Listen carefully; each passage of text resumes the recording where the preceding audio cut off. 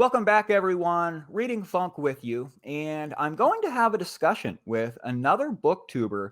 We both recently finished the same novel, The Queen of the Damned by Anne Rice. Her name is Amanda Rockwell, and she has a channel here, guys. Check it out. The link will be in the description for the Amanda R.N. Rockwell channel. She has a lot of vampire content on her channel, so if you're into that kind of thing, you better head over there and subscribe. Amanda, first of all, I welcome you to the program. How are you? I'm very good. How are you doing today? I'm quite good. And, I'm really excited to talk about this book with you because I just love this series and I don't have anyone to talk to about it. So that's why I've reached out to you. Let's just get right on into this thing with the first question. I've got a list of questions here to get Mhm. us talking. And the first one is, were you satisfied with the explanation behind the first vampire? And I'll take this question first. I think this was hinted at in The Vampire Lestat, the second book in the series. It's been a while since I read that one, so I can't clearly recall what that was about. But as you know, the spirit ML goes into the Queen of the Damned, and I didn't realize what she was setting up with this. There was a spirit, this invisible spirit, that could muster all its strength up, and it could actually materialize physically in such a way that it could do like a pinprick on its victims, and the blood, it could actually get a little bit of blood to come out. And I thought that was interesting, but I didn't realize where she was going with this. And Amel actually goes into the queen, and her soul and Amel, they become one, and she becomes the first vampire. And then she turns her husband into a vampire. Then Cayman becomes a vampire. But I guess I thought that the explanation was satisfactory to me. I could imagine an author trying to explain the beginning of the vampires in a kind of silly way, but I thought it actually worked quite well. So, in response to the first question, I was satisfied with the explanation about how the queen came to be the first vampire. What do you think?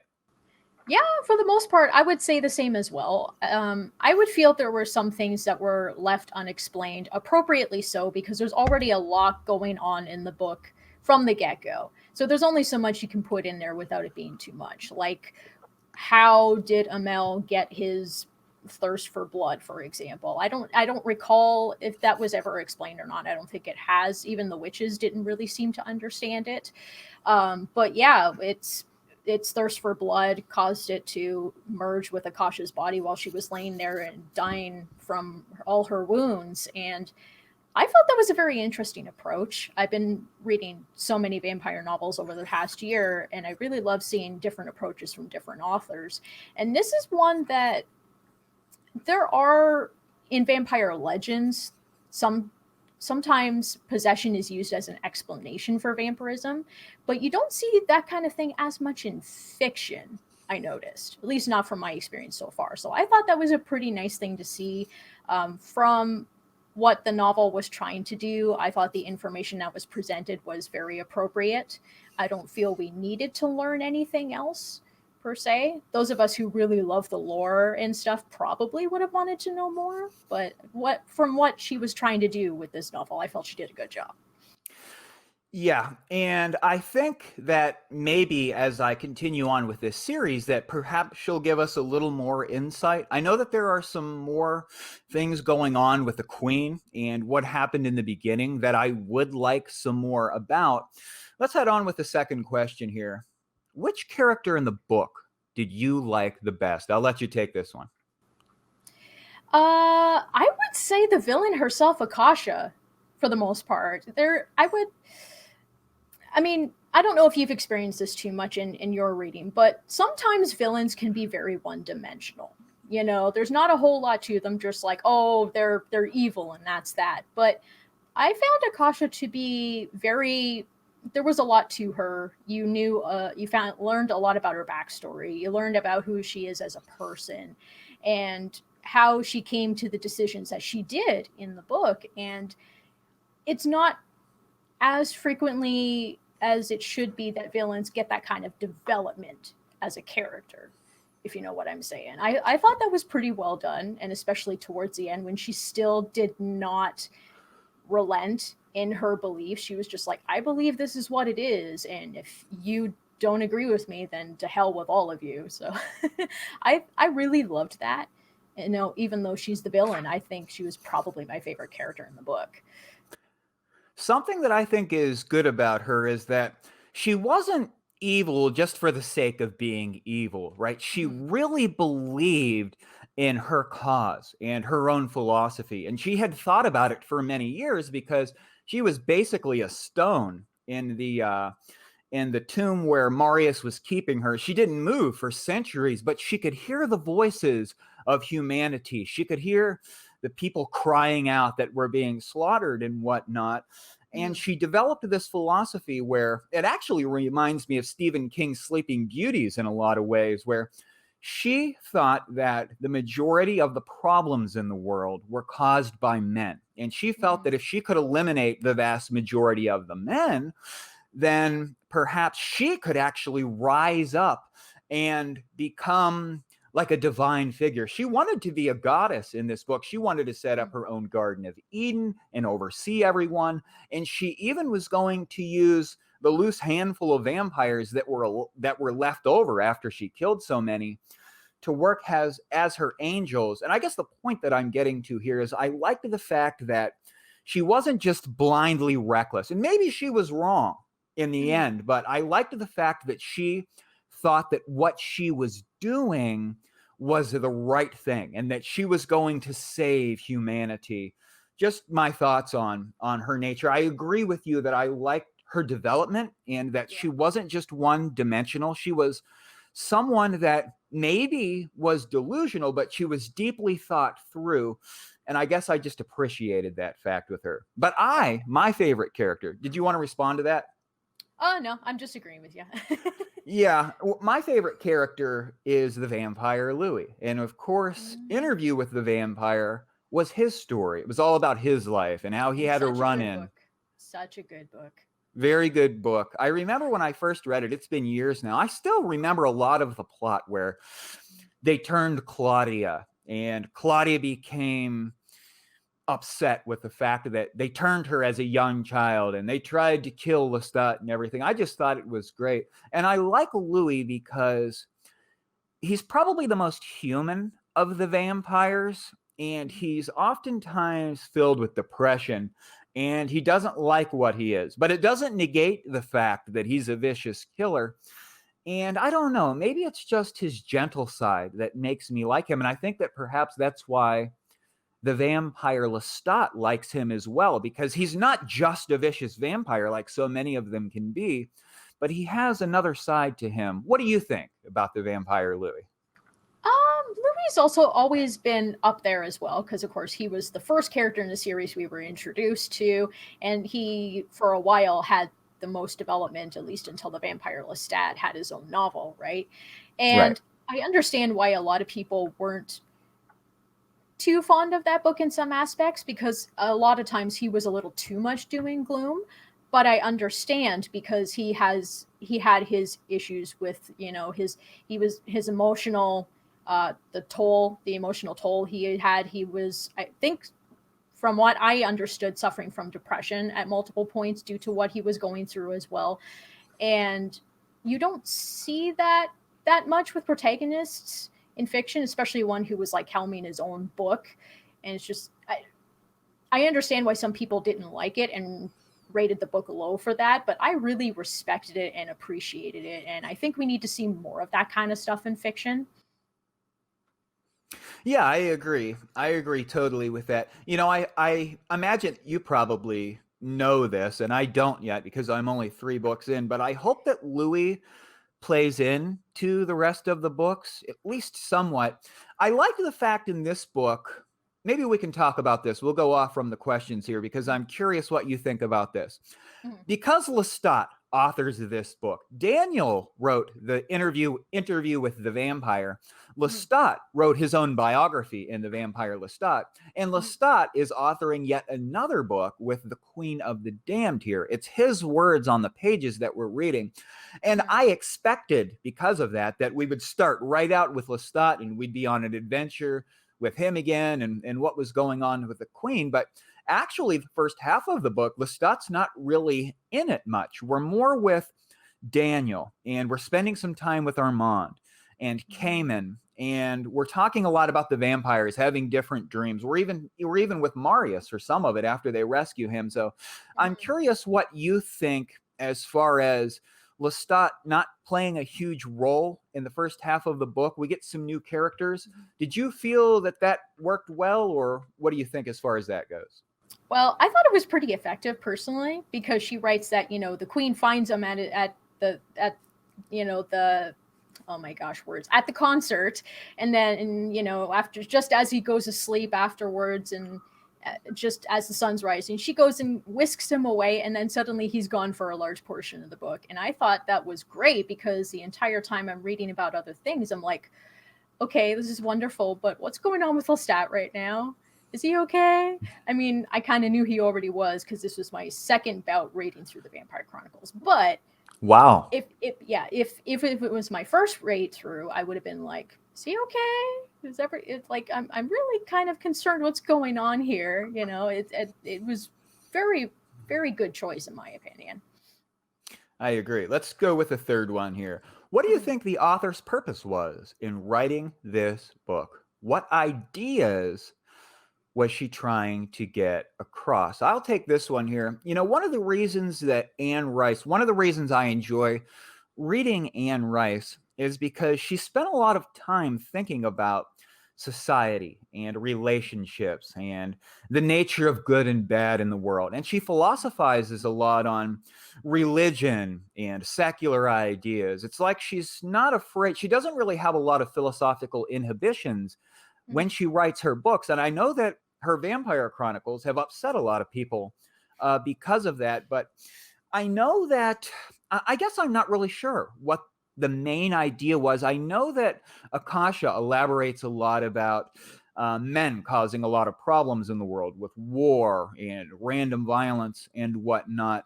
So I'm not sure exactly where she was going with that. I think sometimes I miss the primary ideas in novels. Like they go over my head sometimes. So I'm not 100% sure. Of course, Anne Rice tells us that Akasha was wrong. She was delusional, basically. But she does actually make a lot of good points, does Akasha, when she's talking about the various things that motivate her. So I guess I'm just not sure maybe what the main purpose was, or what the purpose of the main theme was. So I'll ask you, what was the author's purpose in writing this book? I mean, I'm not 100% sure myself, but I know for me, what I was thinking about when I was reading about what Akasha's reasoning for what she was doing and stuff was, I felt there was a lot of allegory towards how some modern feminists are these days, because feminism itself is a very good movement, a very positive one that is very needed. But there are some feminists that take it to an extreme and demonize all men no matter what. Like I've known people personally who have done this, and it's like, it doesn't matter if they're a child or if they're a senior, if you're married to them, whatever. They believe that if they're a man, that they're always going to be bad no matter what. And I don't subscribe to that philosophy, but that to me, while I was reading the book, that it felt to me like a commentary on that. Yeah, and I think that is true, and that's basically what I was getting at. I like Anne Rice's insight. She really surprises me. I remember years ago, I actually picked up The Tale of the Body Thief, and it was my first experience with Anne Rice, and I didn't get a chance to finish the novel for whatever reasons. I was interrupted with it, but I remember as soon as I picked it up, she was dropping all these big ideas, these deep ideas on the pages, and I can't wait to go back through that book and read it. But I just can't say enough about how wise she is and how considered she is. I really like her as an author, and I hope to read every book that she's written. here, I'll ask you this, since you're a big Anne Rice fan. Now, I may be the only one in the entire world who has read her Christ the Lord books. Are you familiar with these things? I'm familiar with the books, but I'll be honest, I personally have no interest in reading those books. I liked those, and we'll keep my own personal philosophy out of it, but it's a kind of a similar thing with the vampire books, that aside from the plot and what's going on, she'll just start dropping bombs of logic and rationale. And I just like her technique with that. I like her a lot. Hopefully she's around for a long time to author many more books. The fourth question here. Yes. Oh, yes. And I don't know. Well, let me ask you this, aside from these questions, because I haven't gotten very far. I'm 3 installments in now, and I want to read the witch books, and I want to see how it all comes together. I'm excited about this merging of 2 epic horror series. Do you feel that she's over-authored in this vampiric world, or would you like to see even more Vampire Chronicles tales? I'm kind of uncertain about that at the moment, only just because, like, Blood Canticle was the original ending of the Vampire Chronicles, right? Yeah. And then, like, 11 years later, suddenly another book is published. And it's been a while, and I've just started that book, so I'm not 100% certain, but I'll have to wait and see how it feels, whether it was warranted and whether it's a worthy addition to the story and actually expands on some stuff, or whether it was just for the sake of just writing another book and maybe for publisher. I don't know. But I'm still, and on that front, I'm very uncertain at this point in time. Yeah, I'm big on jiu-jitsu and mixed martial arts, and I know in that field that oftentimes there'll be a person that's quite successful, and they'll run their career on too long. It'll end up going downhill into just a pit of flames where they get going on too far with what they've got going on. And authors can do it as well, where they'll author too many books in that world, and it kind of tarnishes the whole thing overall. So I don't know. I'm still thrilled with it at this point, and I'm looking forward to The Tale of the Body Thief. Question number 4 for you. What do you think about the vampire Marius? Marius. Okay. So Marius is, in fact, my favorite character in the entire series. He's the only character that surpasses Lestat in that regard. And that's partially due to the fact that I actually read his origin story book, Blood and Gold, as my second book ever in the Vampire Chronicles. Second one ever that I read. I didn't even read the first 3 books until later on down the line. Wow. And I love her characterization of Marius. He's definitely the mentor figure. He's very well knowledgeable. If there's one person in the entire series that you're like, this guy probably knows some stuff, it's Marius. And at the same time, he's not, I mean, he's had to learn this over the years, but he's not so stuck up in what he believes that he believes himself unable to change or unwilling to change. Maybe at one point in time he was, but he's been around for a couple thousand years. He's learned to pass that at this point. And even if he doesn't acknowledge it right away, later on down the line, he'll look back on something that he did and go, yep, that was a pretty dumb decision on my part. This thing happened because I was a bit of an idiot. And I really appreciate that about his character. Yeah, I like him. He seems like the guy that you would go to if you were a vampire with a very tough decision that you had to make, and you needed a wise person to talk over the issues with. I like him because he's an avid reader, and Lestat actually is an avid reader. There's a scene in this book. There's a description of, I think maybe Daniel finds where Lestat's living at. Finally, he finds the home where Lestat lives at. And like, there are books just stacked to the ceilings. You can't see anything but books. And Marius, there's a part in this book where someone describes Marius reading books like he always does. So I like the fact that he's an avid reader. And he seems to be kind of like a leader. He's deeply considered guy. I like him a lot. I listened for this book. I read some parts and I listened to the audiobook and other parts. And the narrator was like generating this deep voice of wisdom for Marius. And I thought that it was very fitting. But I like Marius a lot. Plus, he's a very powerful vampire. He oversaw the queen and the king for a very long time. He was basically their servants and he treated them like divine royalty. But he's quite strong. And now that the queen is gone, he's probably one of the strongest ones, because the queen just about killed everybody in this book. You know, we've got Cayman left. He's the oldest now, I believe. But yeah, I like Marius a lot. I think that he's a good personality. Which book did you say was his story? Blood and Gold. Blood and Gold. I'll have Yes. to. I'm really looking forward to that one to see. Yeah, that one is book number 8 in the series, I believe. It comes right before Blackwood Farm in terms of publication. So. I'm looking forward as well to the vampire Armand. I need to know more about Armand. One thing I really like about him is that he's smart, and something that I like about him is that he's not quick to respond to anything. He's always thinking about everything around him before he makes a move. And maybe you would think that that's not right because he's so young, right? Usually young people can be compulsive. They're not as deeply considered, but not Marius. Marius is a very careful vampire, and I'm interested in getting some more of his story. I actually looked up as I was reading this book, I Google imaged Armand. That was the only word that I put in, and an image of Antonio Banderas comes up from his interview with the vampire movie. And I was quite horrified because he's way too old to be playing Armand. I actually looked to see if I could find a picture of Banderas as like a teenager. I couldn't find one, but I was just curious what he would look like properly aged as the vampire Armand. It's been so long since I've seen Interview. I can't really remember anything other than the fact that I liked it and I thought that it was true to the books, but I know a lot of people really credit him for playing a good role in that. So I'm going to have to rewatch it here pretty soon. Question number 5 here. And I'll let you answer this one. What did you think of the ending? Okay.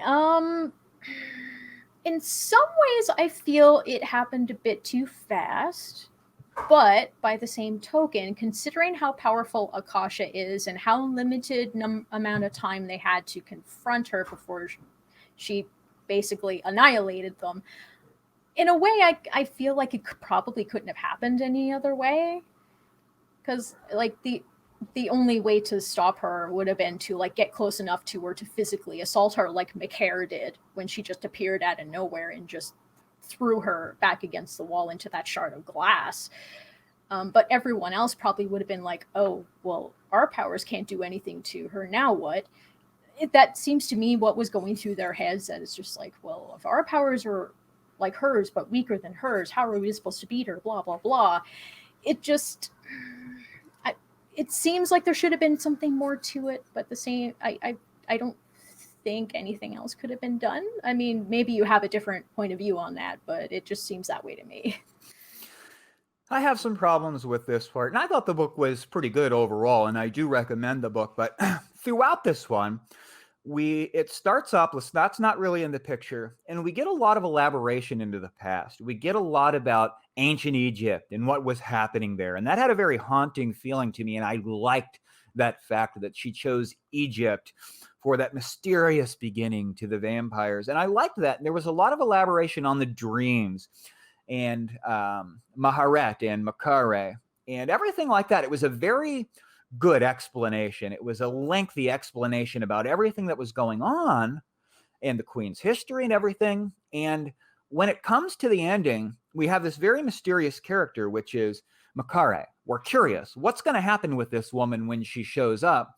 And she comes right in. She bolts up the steps and she comes right in and she dashes across the room and pushes the Queen through a window, and the Queen's head comes off.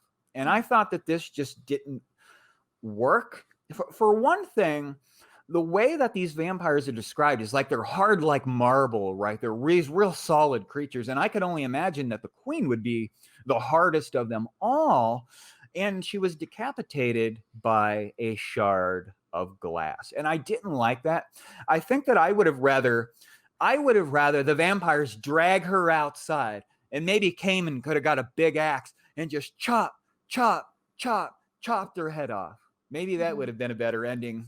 But it seemed like you said it was just boom, it was over. And another thing that I'm not really understanding here is that I would think that the queen would be the most powerful of them all. She was the original. So I'm wondering what happens when a vampire turns a human into a vampire. Are their powers fully capacitated, passed on to that person? Is there some kind of dilution that happens? If I'm the most powerful vampire and I turn a human into a vampire, are they half as powerful as me? Maybe a quarter as powerful? I did not understand why Maharet and Makare were as powerful as the queen, or even more powerful, as Makare showed that she was. She was even more powerful. And I'm thinking, how does this add up that this woman who is not as old as the queen, vampirically speaking, how is she more powerful than the queen? I did not get that. I'm curious what you think about what I just said. If as you read through the series, there is some additional explanation in terms of how much blood someone takes from another vampire that can help determine what powers they get and when and how strong they become. Like someone who becomes a brand new vampire by Marius in this day and age, for example, he's over 2,000 years old. His blood is extremely powerful. That would be very different compared to someone who was sired by, say, Armand, for example, who's only a few centuries at the most. Couple hundred years, I think. Yeah. So, and then not that they wouldn't be powerful in their own way because Armand is strong in his own right, but a few centuries versus a couple millennia, there's a very clear difference there. And I did, especially when you read Blood and Gold, for example, because it deals with a lot of the time during which Marius was looking after the king, queen and king. And the queen did allow Marius to feed off of her on multiple occasions. So, and over time, he ended up gaining more powers or strengthening the ones that he already had. So that is some kind of explanation for that. I'm curious now how much power Lestat has gained by taking in so much of the queen's blood, because he was just consuming and consuming and Mhm. consuming. I'm wondering how that's going to play out in the upcoming installments. I mean, I assume now that Maharet and Makare are still around, so Mhm. they must be the most powerful. So, like you said, I'll probably get a better understanding as I read, but I just felt that with this one, with the ending, that I had a lot of questions. I wasn't Mhm. entirely satisfied by it. Let's move on Yeah. here. Okay. I'll let you take this one first. What feelings, actually, I'll take this one first. I'll be brief about it. What feelings did this book evoke for you? I liked this. It was a joy for me. You know, Anne Rice kind of writes this Victorian kind of setting alongside this ancient Egyptian kind of setting. And it's a lot of fun. And I laughed a lot reading throughout this because the vampires are these strange creatures sometimes. For example, Armand is fascinated by television programs and talking on the phone. He was calling people around the world at random, just talking to humans for hours on end. And I thought that was funny. I guess as far as my feelings go, I was excited about this. There's kind of a feeling of comfort that comes over me if an author can really write up a vivid landscape, if I'm really experiencing everything. And I did. I saw everything clearly in this novel. Some novels aren't as clear for me, but I enjoyed this one, and I had a feeling of being quite pleasantly surprised by this book. It was a joy for me, and I liked it. And I like the fact that I thought quite deeply about some things that Anne Rice was bringing in, aside from the plot, some of the questions that she brings up about human nature and human psychology. So I was perplexed, and I had feelings of joy. How about you?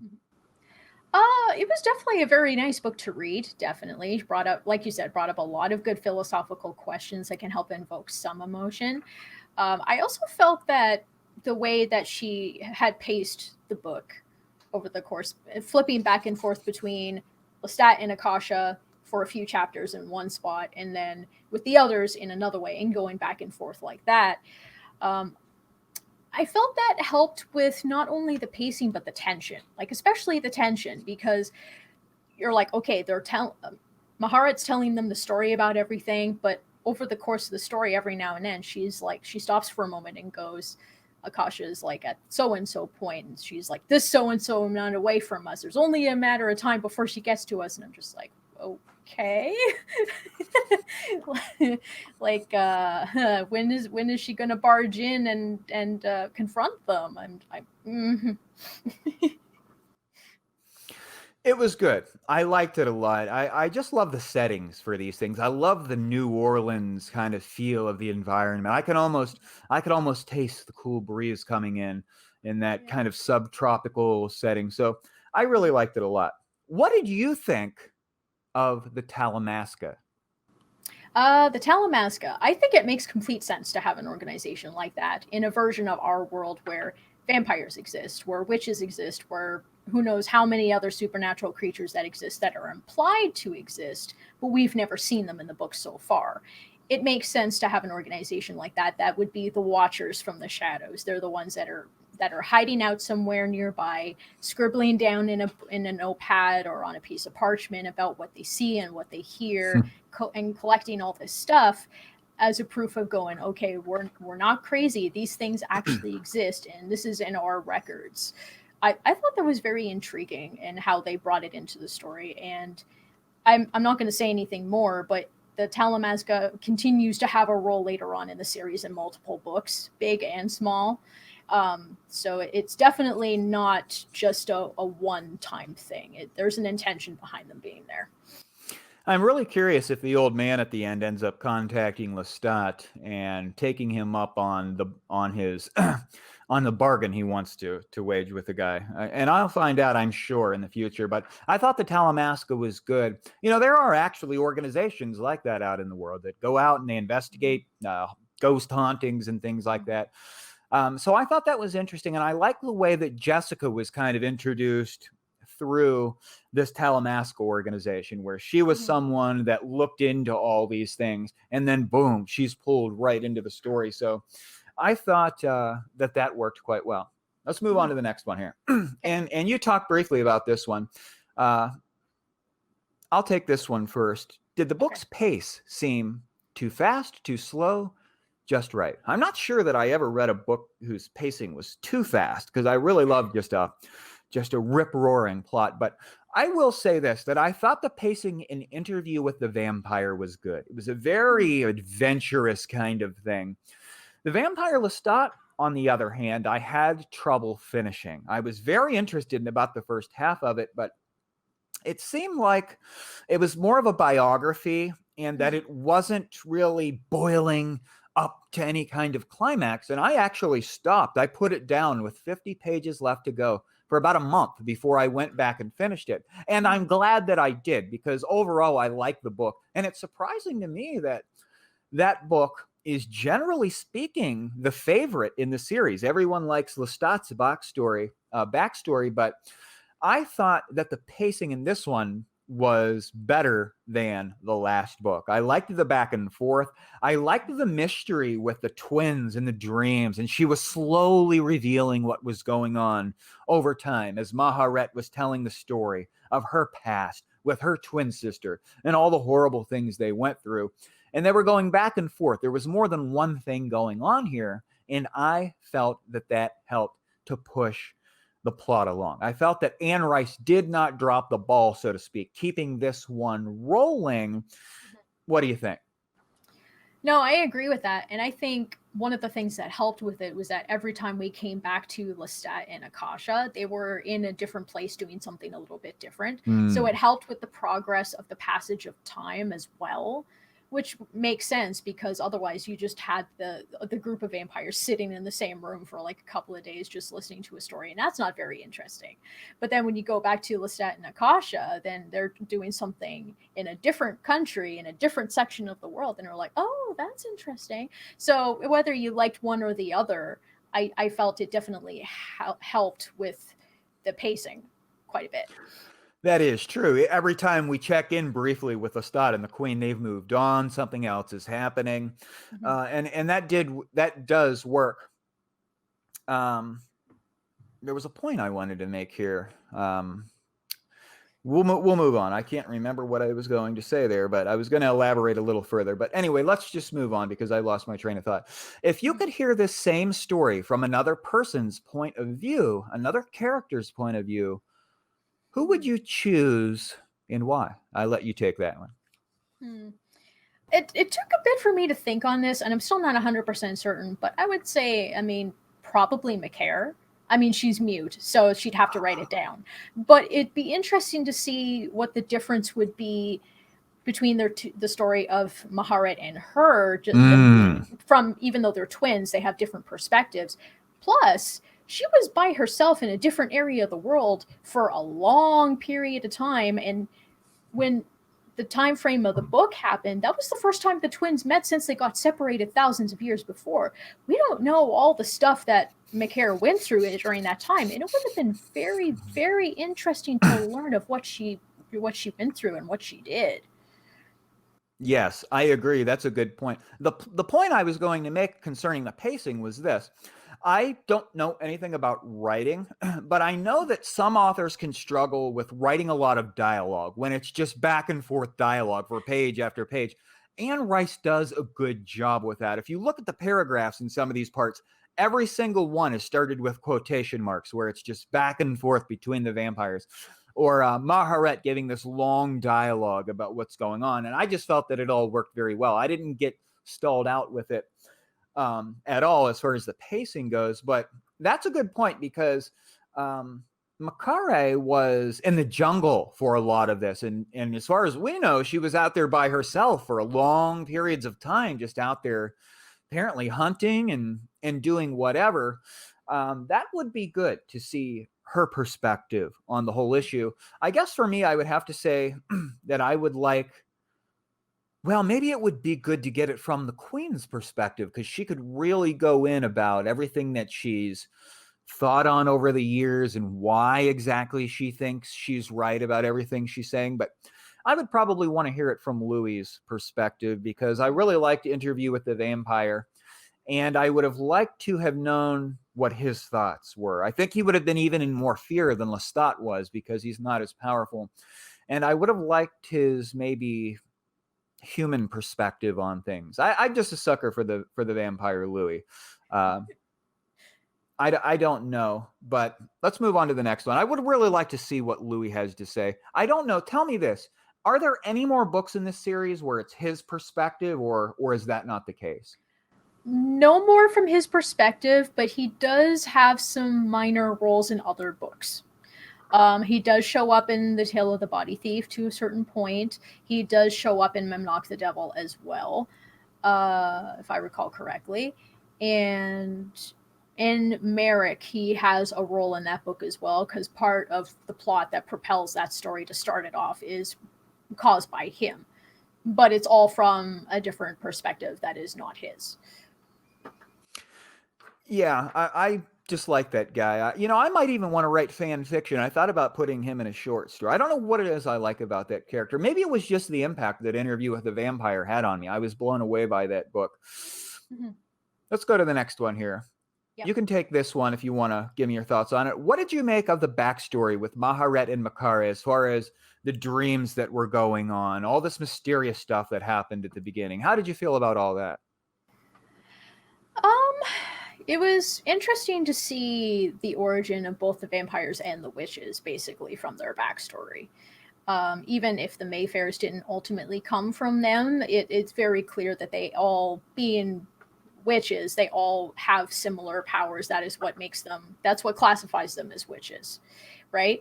And then it's also the fact of learning how their culture was back then, the village that they lived in, and what they went through that brought them to this point, and the stuff that they go through, man. I mean, I feel for them. I really do. No one should have to go through any of the stuff that they went through, but they took it like champs. They did what they had to do, and I don't know if I could say I would be that strong if I was in their position. I'll be honest. And that, I think, is one of the most interesting things about reading their story.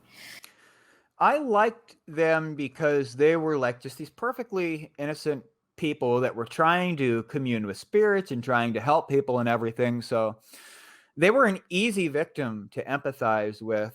I'm curious if we get any more about Makare in the future of the series, because she appears to be the most powerful one now. But I liked how she wrote those dreams in, because I was wondering what was going Mhm. on with all this. I liked that mystery Yeah. alongside the mystery that was going on with the queen. So there were Mhm. multiple points of mystery in this book, and I thought that worked pretty well. I'm curious, you can tell me this. Mhm. As I was reading this, and I just Mhm. recently bought The Witching Hour, the first book in the Mayfair Witches, I was wondering, are the witches in that trilogy like the same kind of people that Maharet and Makare were, or are they people that were like communing with spirits and whatnot? Is it a similar kind of thing, or is it just a completely different story with those witches in that trilogy? I think it might be a little bit different. Just based on the terminology and stuff, because it's implied that the Mayfairs are the way they are because of some kind of secret pact or covenant with some kind of otherworldly or paranormal being. I don't know if that is just if that affected their powers in a way, or if it was the cause of something else that I'm not going to mention because spoilers. Sure. um,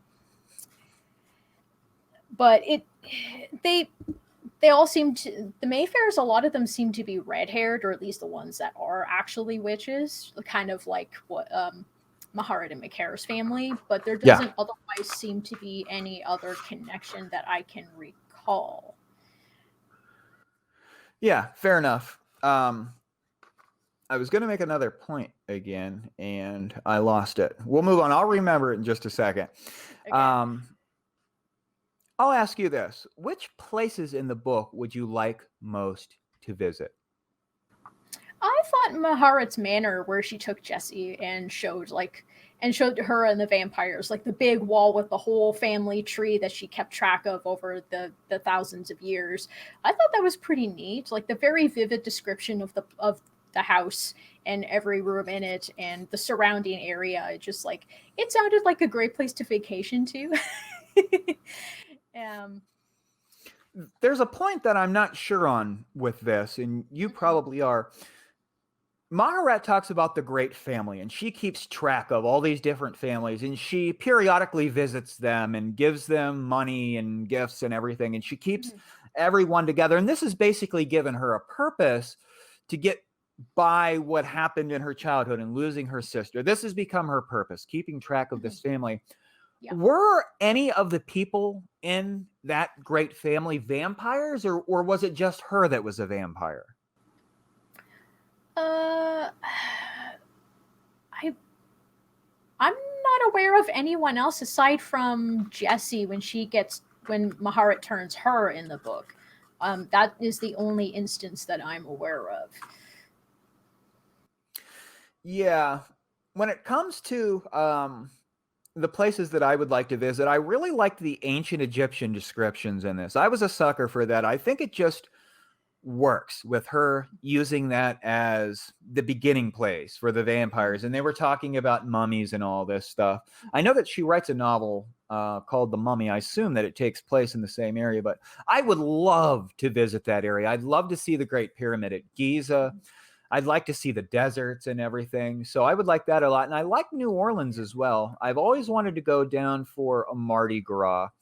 Mhm. Um, and I like the fact that Louis really likes that kind of celebratory atmosphere and everything. So, other than New Orleans, I would probably go for the ancient Egyptian culture and everything. I'd like to Mhm. time travel back to that time and see what life was like back then. I think that Anne Rice does a pretty good job. I don't know how historically she accurate she is with everything Yeah. that she writes, but I don't know. It just appealed to me that she used that kind of mysterious ancient atmosphere in this book. I thought it Yeah. worked well. And Egyptian mythology is personally my favorite type of mythology myself. So that really was up my alley too. And I was just like, this would be a very interesting place to learn all the secrets of.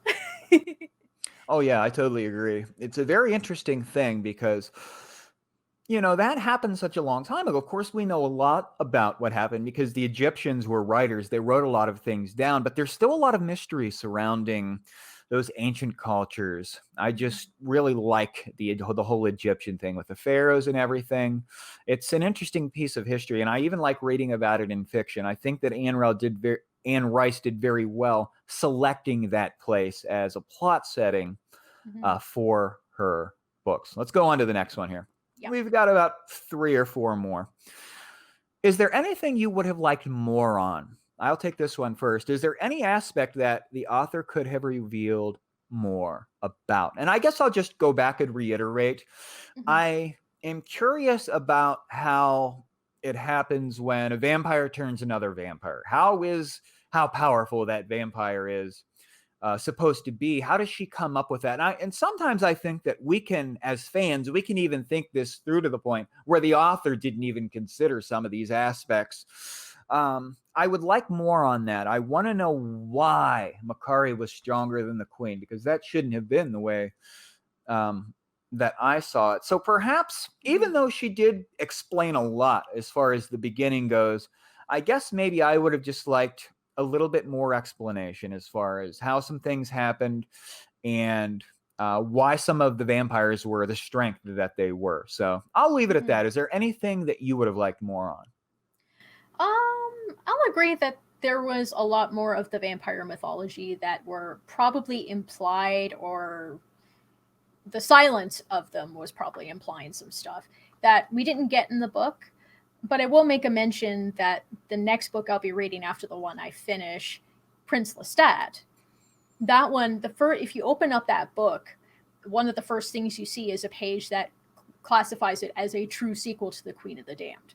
So even though it takes place like a few decades later, it is meant to pick up from that kind of same story thread after the fact. So when I get to that book, I'll be really intrigued to see how many of those kind of questions get answered in that book, if any at all.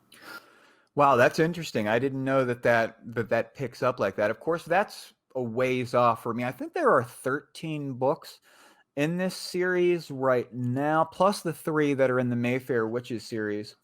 But I'm sure that some of the questions that I have will end up being elaborated on as I read further into this. So maybe I'll be a bit more satisfied with how some of those things happen as she goes on. And I know that that's probably true because as I was reading this, I saw that she was filling in some things about Interview with a Vampire. She was going on further in with Claudia, for example. Claudia actually makes an appearance in this book, and I thought that that was brilliant, where Jessie goes in and she finds the little doll, and she actually has an experience with Claudia, and so does Lestat when Louis actually goes looking for her toward the end of the book. He leaves everyone, he goes to see if he can find her, and he goes back to where they used to live on his property, I believe, where he was living in Interview with the Vampire, and he can't find her. He just can't find her. He tells Lestat she's not here. Let's go ahead and leave. And when they're leaving, Lestat looks back and he sees her standing there watching them. So I liked how she came back in. And I know that as she writes each book, she kind of jumps back into some of the things that happened previously. So I expect that I'll get further explanations as I go into the tale of the body thief in Mem Knock the Devil. Yeah, I'll make an added note to that. That if you want to see a conclusion of sorts to the whole Claudia thing, you'll love Merrick then. You will love reading Merrick. Yes, I do like Claudia because she unfortunately was turned into a vampire when she was too young, and she was very bitter about that. In fact, she tried to kill Lestat because of that. She was so enraged by it. I want more on her. I like her a lot. And plus she kind of got cheated because they sentenced Louis and Claudia to death for trying to murder Lestat, did the Coven of Vampires led by Armand. And Louis talked his way out of that. He managed to talk to Armand, and Armand said, okay, we'll get you out of here. And then they went and killed Claudia without killing him. So her story was just tragic, and she got cheated the whole way through. So I guess I just empathize with her as a character. Yeah. So we've got one more question here, and then we'll summarize our thoughts to end this thing. All right. I'll ask you this one. What did you like most overall about this book? Well, Lestat. You can never have too much Lestat. You know, he's such a well-developed character, such a well-realized character, more than almost any other character in the series, that every time I open up a book that has him in it, whether he's the narrator or not, I know there's going to be something interesting involving him. I may not necessarily like that interesting thing, but it'll still be interesting. And I really appreciate that. And just more of Anne Rice's vampire world in general as well. It's one of the more fleshed out vampire worlds, one of the more detailed ones. Like, her prose is something that I feel cannot be matched by anybody. Like, she just has a way with things that even with the books in the series that I dislike, I can still read them relatively easily and quickly because of her prose. And I really, really appreciate and respect that from her. She's good, man. She's really good. I was watching an interview earlier from years ago on YouTube as I was thinking about what I wanted to say for this. And she was talking about some other vampire literature and everything. And I agree that she really is a master. You know, when your debut novel is Interview with a Vampire, you're a talented writer. And I think when I was reviewing Interview with a Vampire for my channel, I actually read it years ago. I mean, years ago, more than several years ago. And I only just recently did my review on it. And I did some investigation while I was preparing to review that novel because it had been such a long time. I needed to go back and look into everything. And she actually wrote Interview with the Vampire originally as a short story. It was just a short story, and someone inspired her to novelize the thing. And over a period of 6 weeks, she wrote Interview with the Vampire from that short story. So I thought that that was a testament to her talent, that not only did she write this great novel, but it was her debut novel, and she wrote it over a period of 6 weeks, inspired from the short story that she had put together. So I agree that she's a true master. And I've asked people what they think the best vampire book or series is of all time, and a lot of people responded that this is it. What do you think? I'll ask you yet another question. Is this the best vampire canon in the history of fiction? I mean, this is, since I started my channel in January of this year, this is the only series I've read so far. There were other individual books that had their own thing. But in terms of a series, I still have not too much experience with that. That will change in the new year once I finish this series up and I start something new. But from what I've read so far, it's definitely, because there's so many books and there's so many years that she's had to flesh everything out. So far, it definitely seems to be one of, if not the best ever. Oh, yeah, I absolutely agree. And you know that there's something about this thing is that I remember the last thought that I lost. I said I'd remember it, and I did. I actually lied to you earlier before we started this discussion. I told you that I didn't have a lot of experience reading vampire books, and maybe the only other one that I read outside of these was Nosferatu by Joe Hill, which is not the typical vampire novel, by the way. But actually, that was wrong. I read a vampire novel earlier this year in the Dresden Files series by Jim Butcher. I think the second book. There are vampires involved in every one of the books, but they really played a big role in the second installment. I was going to ask you if you're familiar with the Dresden Files, if you've happened to read any of the books. I do plan on reading them eventually. I have not as of yet. I did hear that there are vampires in those books, but because it's not a vampire series, it just happens to have vampires in it. It's not on my priority list at this point. Yeah, I understand that. And I'll tell you this, that the vampires aren't just like minor characters to serve the plot. They actually come into play quite a role, even though they aren't the focus of the series. I think that there probably actually is a book or two where the vampires are the primary antagonist in the book, but there are like these different vampire courts in this. There's like these whole governmental systems with these vampires and everything. It's very interesting, and I highly recommend it. And the other thing I wanted to say here before I answer this question is that this horror series has some elements to it that kind of have like an epic fantasy kind of feel to me, as far as she's continuing the same primary plot through each book. It's not like it's like a detective fiction series where technically it's a series, but it's a different plot in each book. It's not like that. It's one continuous plot from what I've seen. Like this book, The Queen of the Damned, basically picks up where book 2 left off with a cliffhanger with the problem of the mother. We didn't get a resolution to that, and we had to go into this book to see what happens next. I just guess that what I'm saying is kind of like with the Clan of the Cave Bear series, where it's not an epic fantasy series, it's actually a prehistoric series. I think people that like epic fantasy might like this series because there's kind of like a similar structure and just an epic feel to it. I don't know. I just want to make that point that if there's anyone that loves epic fantasy, even if they're not into horror per se, that they might like this just because of that fact. I just think that that's true about this. And I've got to mention that. I just love the way that this is one continuous plot. And I don't know, maybe the Tale of the Body Thief will be different, where it's not just going on with the same series of events. But I like it a lot. Let's go on to the last question here. Oh, I've got to answer it. What did I like most about this book? The one thing that's sticking out to me with this is that in the first book, there was some confrontation going on amongst some different parties. Claudia and Lestat, for one thing, she wanted to kill him. And the Vampire Coven, there was a lot of confliction in that book between the vampires.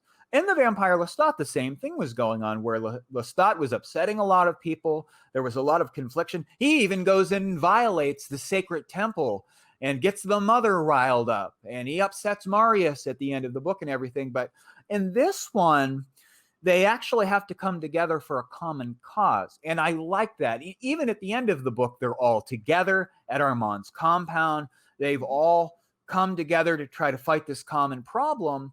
And I think that that was my favorite part, where they cooperated with one another to try to take on an outside enemy. You know, that's kind of like a natural phenomenon where people that are warring with one another will come together to fight yet another enemy. For example, if there were a space alien invasion on Earth, perhaps we would all come together to put our petty struggles aside and fight the invader. And I felt that that is something that was going on here, where everyone had to come together. Even the pompous Lestat had to come together and cooperate to try to figure out what was going on with this. And one of my gripes about this is that Makare comes in at the end and just resolves the damn problem for everyone.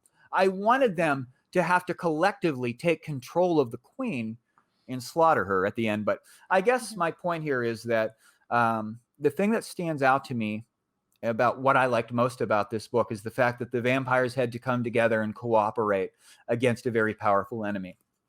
So we're at the end of this. The first thing I want to do is thank you for coming on and talking with me about this. I really enjoyed the conversation. And what we'll do now is we'll end this thing by summarizing our thoughts about the book. I'll briefly summarize my thoughts, and then you can summarize your thoughts on it, and we'll cut it off with you getting the final word. All right. I thought that this book was good. I thought that the pacing worked very well, which is something that I was surprised about coming off of the Vampire Lestat. I was worried that I was going to run out of gas in this novel and not finish it and have to give up on the Vampire Chronicles by Anne Rice. But that did not happen with this one. I was pleased throughout it. I didn't feel like I was having to push or struggle through even any little part of this book. I was totally into it the whole time. And even though I was a bit disappointed with the ending and the very rapid climax in this, I thought that overall it was a good book. I thought it was a good inclusion to the series. I thought that we got a good explanation concerning how the vampires came to be. I was worried that perhaps it would be a bit silly or hard to believe, but it worked out very well, the way that she put all that together. In the end, I give it a 7 out of 10 rating, and I highly recommend it. What do you think? I think the first 3 books in the series, probably more so than the rest from what I've read so far, make a very good trilogy on their own. Like, you could read the first 3 books and not go anywhere else in the series and come out of it going, that was good, I enjoyed that, that was very solid. And in depending on some people's tastes, that's probably a good place to leave it at. There the I mean, we both agreed that the ending was kind of lackluster, so there's definitely that. I kind of felt the whole thing with Baby Jenks was a little out of place too, personally speaking, which is one of the things I really did not like about it, and I will tell you why. Because it was implied that it was Akasha that made Lestat see the whole thing with Baby Jenks, right? And then when Lestat asks her about why did you show me this, she just dismisses it and throws it aside and says, "Oh, don't worry about it. That was nothing." And then I'm like, but then why did you show it to him in the first place? Like, it felt like a blatant dismissal of that to me, if you know what I'm saying. And that kind of grated on my nerves, I say, more than it probably should have. So it could have been a 4-star book, but because of those two main things in particular, I made it on Goodreads. I put 3 stars because there's no half stars, but on the Story Graph, which is another book review site, I put it at 3.5. For me, 3 is a good average. It's solid. It means I enjoyed the book. It's a good book, just not a great book.